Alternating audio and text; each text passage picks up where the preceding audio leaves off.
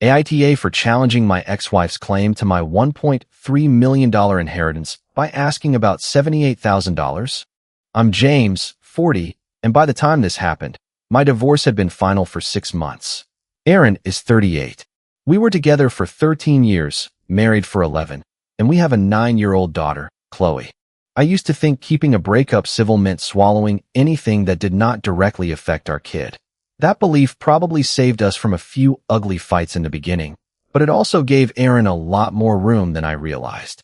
The first mediation over the inheritance happened in a conference room that looked like every conference room designed to make people feel slightly tired before they even sat down. Gray carpet, water bottles, legal pads, and a box of tissues no one wanted to acknowledge.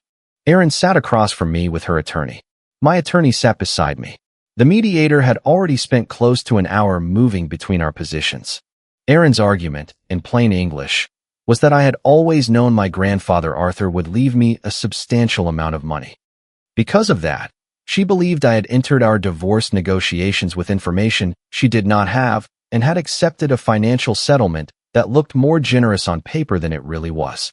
Her attorney used terms like undisclosed beneficial interest and material misrepresentation.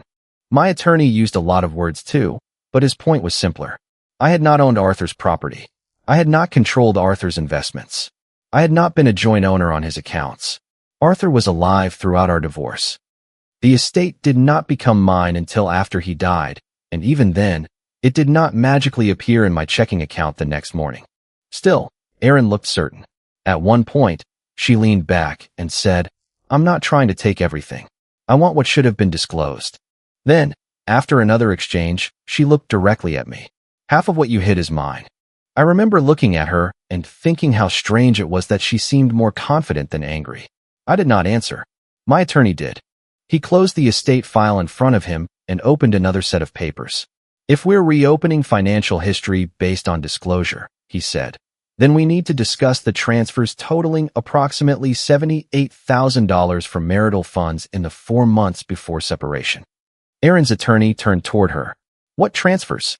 That was the first moment I realized the case Erin had started might end up reopening something neither of us had fully dealt with the first time. To understand why I had not dealt with it, I have to go back to when our marriage was still mostly normal. Erin and I were not one of those couples who spent 11 years hating each other and somehow forgot to leave. For a long time, we worked. When Chloe was little, Erin and I were good at the boring logistics of being parents. One of us packed lunch while the other found a missing shoe. We traded pickup duties without keeping score. If Chloe woke up sick, we figured out who could move things around. We had the usual arguments about money, family, chores, and whose turn it was to deal with whatever appliance had started making a suspicious noise. Erin was also good to my grandfather. Arthur could be stubborn in the way older men sometimes turn stubbornness into a personality trait. He hated asking for help. Once, when I could not get away for an appointment, Erin drove him, waited with him, got him lunch afterward, and never made a big deal out of it. He liked her. That mattered to me then, and it still mattered later when some relatives wanted to reduce Erin to a one-word insult after the divorce. I knew what she had done wrong. I also knew she had not been a monster for 13 straight years. The marriage weakened slowly. Money was one of the fault lines. I was the person who wanted to know what something cost, what account it came from, and what we were giving up if we spent it. Erin often heard that as me trying to control the decision. She would say, "Not every purchase needs a committee meeting." I would say, "Not every limit is an accusation." Neither of us was very good at hearing what the other person meant by then. Erin felt I treated stability as more important than emotion. I felt she treated any financial boundary as proof I did not trust her. The more we argued, the less we explained. The less we explained, the easier it became to assume the worst. Ryan appeared during that period. At first, he was just someone Erin mentioned. Then he was someone she mentioned less, which in retrospect was more significant. She started having more evenings out. She said she was meeting friends, getting space, trying not to have every night turn into another argument. I did not follow her. I did not check her phone. I did not put a tracker in her car or ask friends to report back to me. Part of that was trust. Part of it was pride. And part of it was that I was tired enough to believe distance might actually help. The first thing that really bothered me was not Ryan. It was money. We had a joint account that handled most household spending.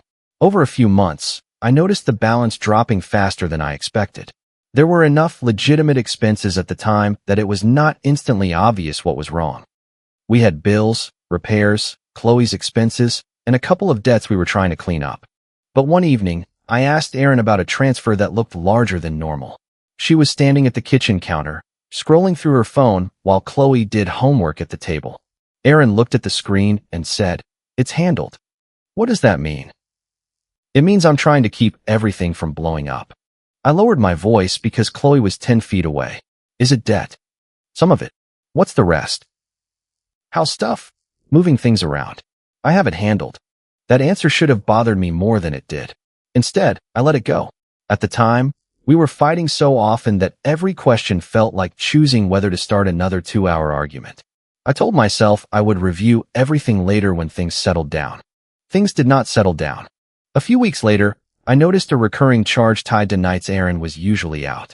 It was not a smoking gun. It was just one more detail that stopped making sense. I asked her directly if there was someone else.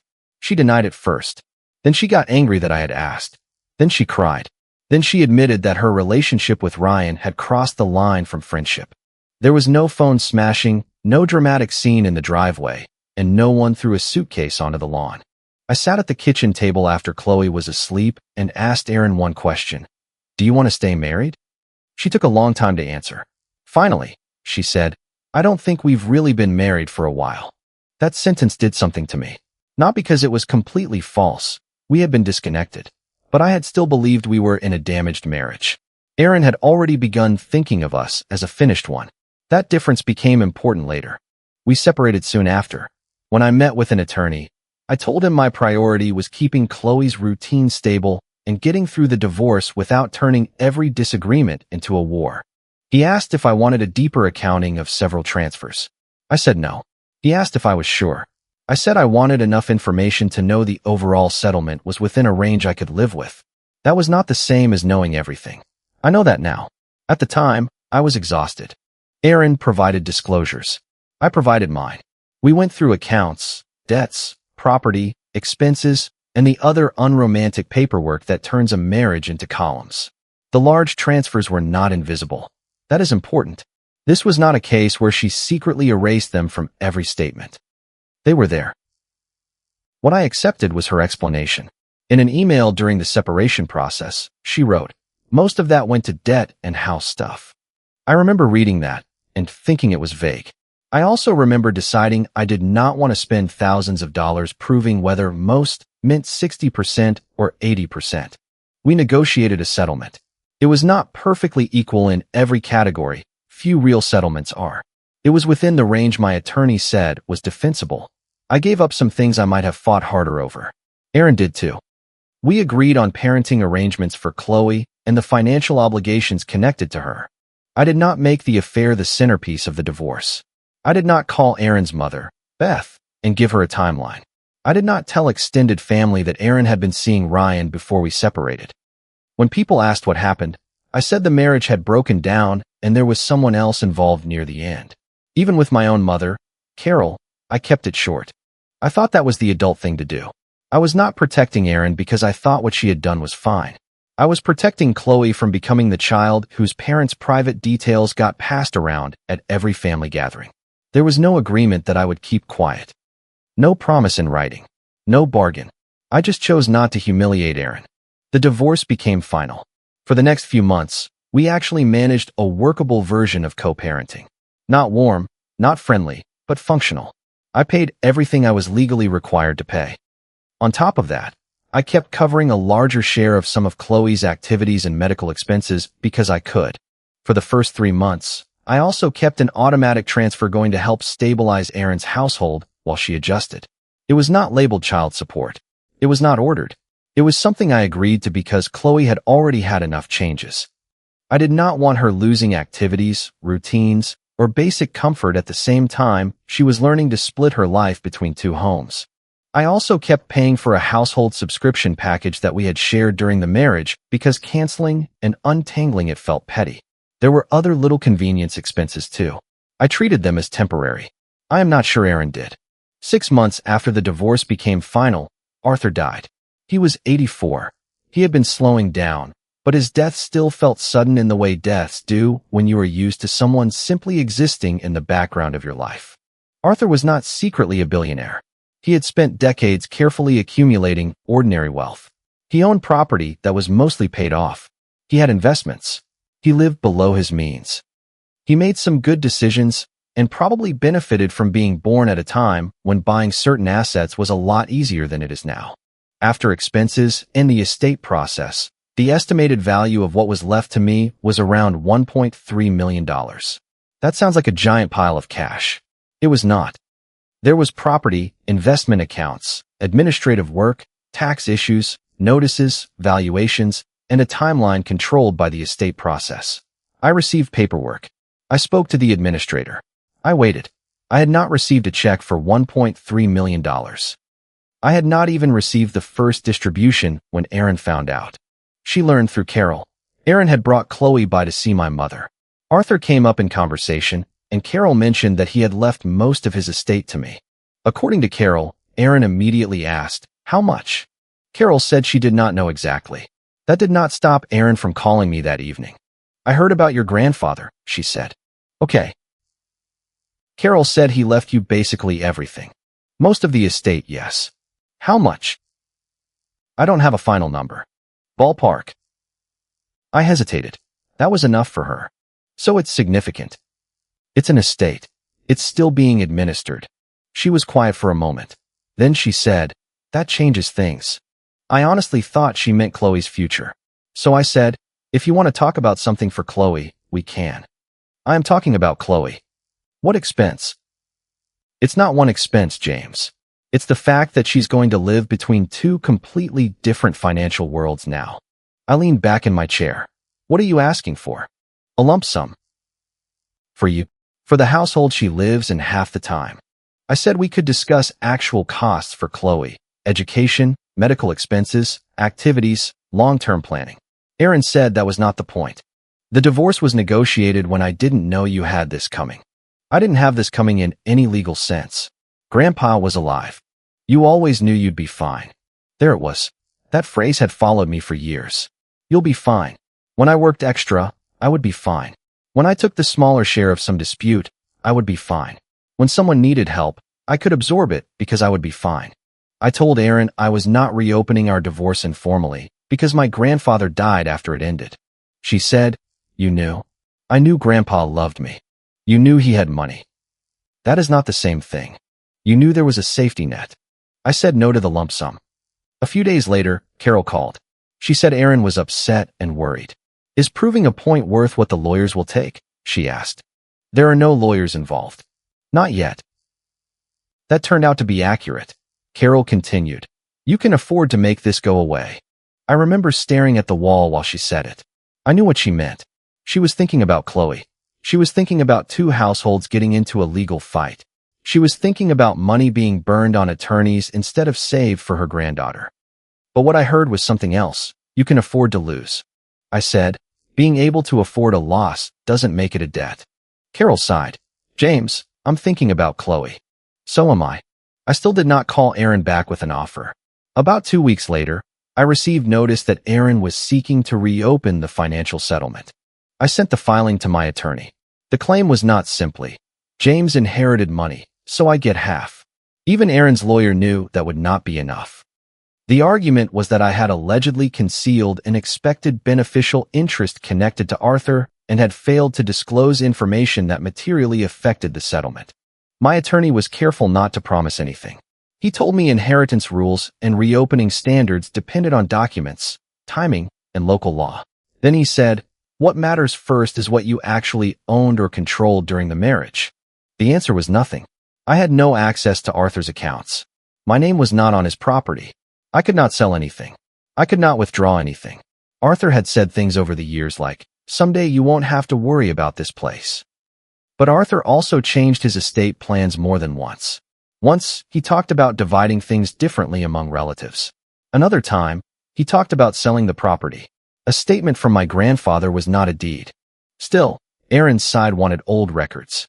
They asked about transfers between me and Arthur, contributions, account links, anything that might suggest I had moved marital funds into assets that later came back to me through the estate. There was no such arrangement. But once they started asking to review old transactions, my attorney said something that changed the direction of the case. If they want the financial history opened up, he said, we do it properly, not selectively. He asked me again about the large transfers near the end of the marriage. I told him what I had told him during the divorce. Aaron said they were mostly debt and household expenses, and I had chosen not to pursue a forensic accounting. He asked, do you still have the statements? I did. That night, I opened records I had not looked at in months. It was strange how quickly the numbers took me back. I could remember sitting at the kitchen table. I could remember asking Aaron why the balance was dropping.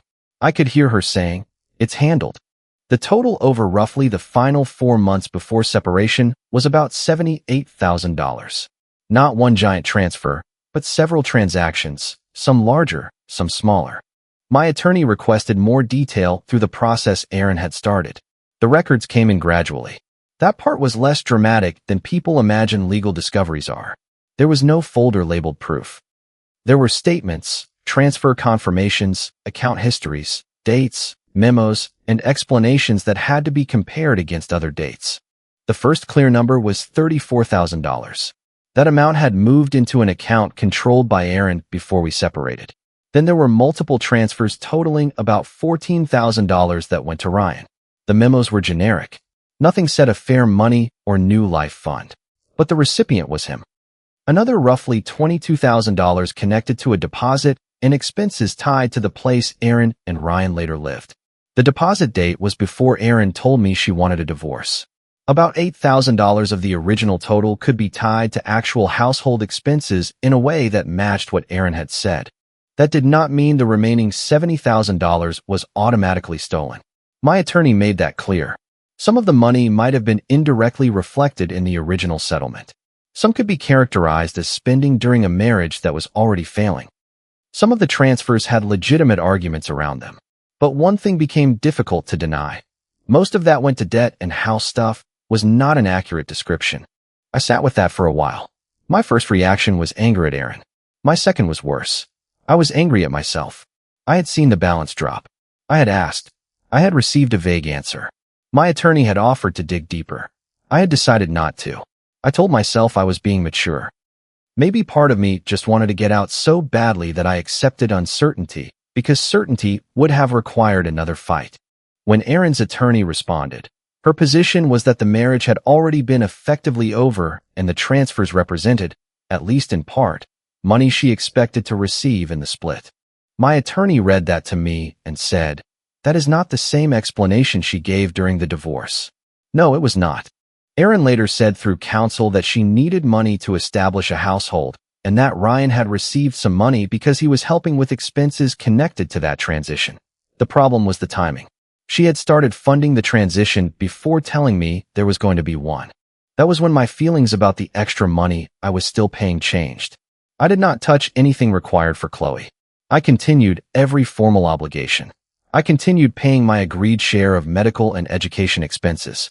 I continued paying for activities we had agreed on. But I stopped the automatic household transfer. I canceled the shared subscription package. I stopped covering convenience expenses that were not actually Chloe's expenses. Aaron called within 48 hours. So this is retaliation. No. You file something you don't like, so you cut money from the house your daughter lives in. I'm paying for Chloe. You're taking money away from her home. I'm stopping things I was never required to pay. You were fine paying them until I challenged you. That was before I learned you used marital money to set up another home before I knew our marriage was over. She went quiet. Then she said, you don't get to call every dollar I spent before leaving theft. I didn't. You're acting like I robbed you. I'm acting like I'm not going to keep voluntarily subsidizing you while your lawyer argues that my ability to pay means you deserve more. You always do this. You turn everything into a spreadsheet. And you keep calling money for Chloe. She hung up. That conversation made the co-parenting colder. We still exchanged the necessary information about Chloe, pickup times, school notices, medical appointments. But money moved through written messages more often, and anything disputed went to the attorneys. Then Aaron started talking to our mothers. Carol called me first. She says you cut off money going to Chloe's house. I cut off voluntary money going to Aaron. Chloe lives there. That does not make every expense in the house a child expense. James. I am still paying every required amount. I am still paying the agreed medical and school costs. I am still paying my share of activities. Carol said. She made it sound like you just stopped helping. That's because she wants it to sound that way. Beth called 2 days later. Beth and I had never been especially close, but we had been civil for years. She told me you're cutting off the house, Beth said. That is not what happened. She says you suddenly have $1.3 million and now you're pulling money away because she asked questions. I do not suddenly have $1.3 million in cash, and the things I stopped were voluntary payments to Aaron. Beth sounded irritated. Why would Aaron have to ask questions if everything was transparent? That was the sentence that finally got to me. Because for almost a year, I had kept a lot of things vague specifically to avoid turning our families into teams. Now my silence was being used to make Aaron's version more believable. I agreed to meet with Carol, Beth, and Aaron for a meal. In hindsight, that was both useful and one of the uglier things I did. We met at Carol's. Chloe was not there. That was non-negotiable for me. Aaron arrived already angry. This is ridiculous, she said. We have attorneys. You involved both our mothers. I talked to my mother. And mine. Carol tried to calm things down. Can we just explain what's actually being paid? I had brought a one-page breakdown of Chloe's direct expenses and the voluntary items I had stopped. Not bank statements, not legal exhibits, just enough to show the distinction. I put it on the table. Everything on the left is continuing, I said. Everything on the right was voluntary household support or shared services that continued after the divorce. Beth read it. She looked at Aaron. She told me you were cutting off the house. I am cutting off money to the house, I said. Just not Chloe's agreed support. Aaron folded her arms. Because I filed. Because you filed while saying the original divorce was financially dishonest, and the review is showing you were moving money before separation. Her face changed. Carol looked between us. What money? This was the moment when I could have stopped. I could have said the records were disputed and the lawyers were handling it. That would have made my point. Instead, I said, about $78,000 left marital funds in the final months. A large portion did not go where Aaron told me it went. Aaron said, do not do this. Beth looked at her. What does that mean? I continued. $34,000 went into an account Aaron controlled. $14,000 went to Ryan. Around $22,000 went toward a deposit and expenses for the place they planned to live. Aaron pushed her chair back slightly. You promised you wouldn't drag this through our families. I never promised you that. You said we were keeping Chloe out of it. We are. She's not here. You know what I mean. I did know. And I also knew I was angry enough that I wanted Beth to understand exactly how far back the timeline went. That part was not purely strategic. I said, I kept the affair details private because I thought that was better for everyone. Then you started telling people I planned the divorce around money I didn't own. Erin's eyes were wet, but she was furious, not crushed. You were always going to be safe. You knew it. Your whole family knew it. I knew Grandpa loved me. That is not the same as owning his property. You accepted the divorce because you knew this was coming. No, I accepted the divorce because I was tired and I wanted Chloe out of the middle. Beth was still staring at the paper. Then she asked Aaron, did money go to Ryan before you told James you were leaving? Aaron looked at her. Our marriage was over. That was not my question. Aaron said, I knew I was leaving. I remember the quiet after that. Not dramatic silence. Just three people trying to decide what to say next without making things worse. Beth finally said, you told me at the time that you were both still trying to fix things. We were barely speaking. You still told me you were trying. Aaron said nothing. Beth did not suddenly switch teams. She did not disown Aaron or start apologizing to me on the spot. She said, you're still my daughter. But if James is paying the child expenses you told me he stopped paying, I'm not repeating that story anymore. Then she looked at me. And you did not need to tell me every detail about Ryan to prove your point. She was right. I said, no, I probably didn't. Aaron gave a short laugh. So at least you admit that. I do. That dinner ended badly. No one yelled. No one stormed out. It was worse in a quieter way. Aaron left knowing I was no longer protecting the old version of the story. Beth left knowing her daughter had lied to her about the timeline. Carol looked at me like she was seeing how much information I had chosen not to share. And I went home knowing I had told the truth, partly because the truth was relevant and partly because I wanted Aaron to feel exposed. Both things could be true. The legal side continued. Arthur's estate records were easier to understand than the emotional arguments. Ownership records showed the property had remained Arthur's. Investment accounts remained under his control. I had no withdrawal authority. I had no ownership interest. The estate administrator's timeline showed that my right to receive anything arose only after Arthur's death and the required estate steps. The most important beneficiary and will documents were dated after Aaron and I had already separated. That did not mean Arthur had never intended to leave me anything before then. He probably had, but intention and ownership were different. Aaron's attorney focused on whether I had known enough about Arthur's plans that I should have disclosed the expectation during the divorce. That argument got a little more oxygen from my mother than I wanted. Carol admitted Arthur had told her, more than once, that he expected to leave most of what he had to me. Aaron seized on that. "So you knew," she said when the issue came up. I answered, "I knew what Grandpa said. I didn't know what Grandpa owned." My attorney was less interested in the family phrasing than in dates and control. He kept bringing the discussion back to the same questions.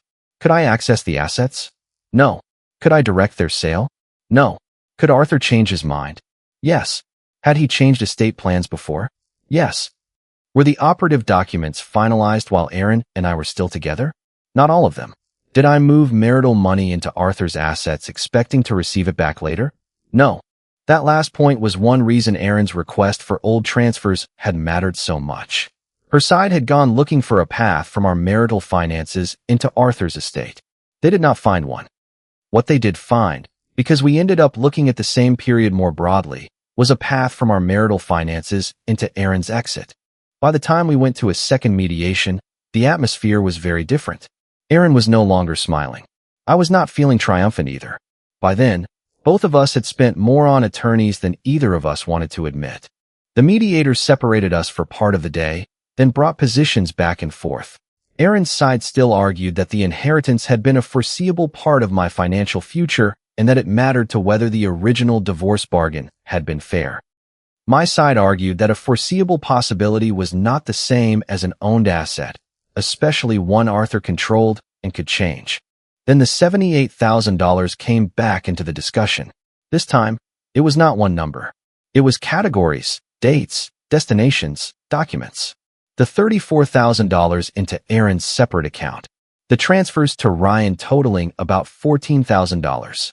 The roughly $22,000 tied to the deposit and expenses for the new place. The approximately $8,000 that matched shared household spending. Aaron's attorney did not look surprised this time. He had seen the records by then. But he did ask Aaron to explain the timing in a way that lined up with her earlier disclosure.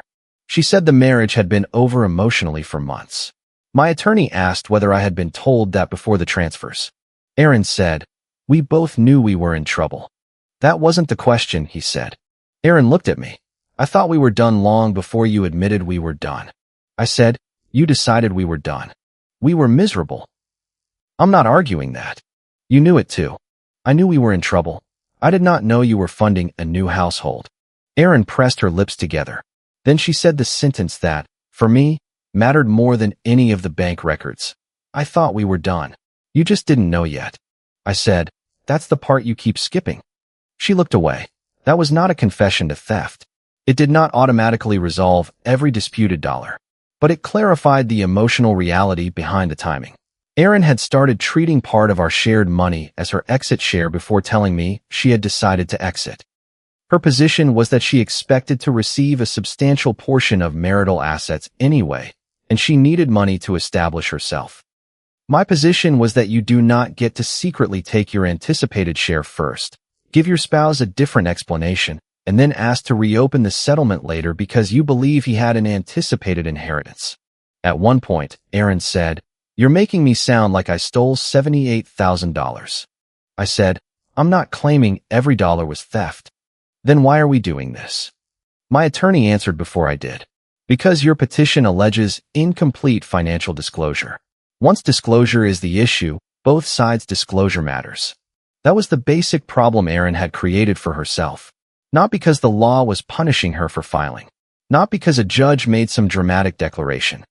Because the theory of her case required financial history to be examined. And financial history has a habit of refusing to care who asked the first question. The mediator eventually brought us to the practical choice. We could keep fighting. Erin could continue pursuing the inheritance theory. I could push harder on the marital transfers. We could both spend more money proving points that might still end in partial results. Or we could narrow the dispute. Erin offered to drop the inheritance claim if I agreed to a lump sum payment. I refused. Her attorney argued that paying something would eliminate risk and end the matter. My attorney told me privately that he could see the logic. Litigation always carries risk. Even a strong document record does not make every legal question automatic. I understood. That was the exact kind of situation where the old version of me would have asked, "What amount can I pay to make this stop?" I asked a different question. What would we agree to if the inheritance was not being used as leverage? That led to a different structure. Erin would withdraw the inheritance claim. The disputed transfers would be addressed separately and only to the extent they could be supported by records and the original settlement math. There would be a reimbursement or offset for the portion our lawyers could substantiate. No one would sign a document declaring the entire $78,000 stolen. No one would pretend the full amount was ordinary household spending either. Child arrangements would stay separate. My inheritance would not become a substitute for child support calculations that were not actually before us. Each side would absorb legal costs according to the final agreement. I could have pushed harder. Part of me wanted to. Once I knew the money trail, it was difficult not to want every dollar examined until someone placed a neat number next to it. But I had already made that mistake in the opposite direction during the divorce. Then, I had avoided precision because I wanted peace. Now, I did not want to pursue precision past the point where it stopped being useful. So I agreed to the narrow settlement. Erin withdrew the inheritance claim. She agreed to reimburse or offset a portion of the marital funds that the records supported. It was meaningful money. It was not ruinous money. And after legal fees, the result felt much less like winning than people imagine these stories feel. I kept Arthur's estate, but I paid a lot to defend the fact that it was mine. Some of what I recovered from the transfer dispute effectively disappeared into attorney invoices. Erin had to repay part of what she had treated as already hers. That created problems between her and Ryan. I only know a little about that because I made a point of not asking for more. At one point during a pickup, Ryan said to me, "She told me the money was already part of what she was taking." I said, "That was between you and her." He said, "I didn't ask how you two were splitting things." I believe you. And I did, mostly. Ryan had accepted the benefit because Erin told him it was handled. That did not make him innocent of the affair. It also did not make him the mastermind of our financial mess. My relationship with Carol took longer to repair.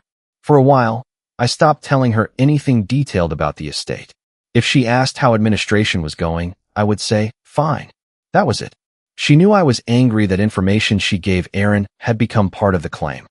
She also knew I was angry that her first instinct had been to tell me I could afford to settle.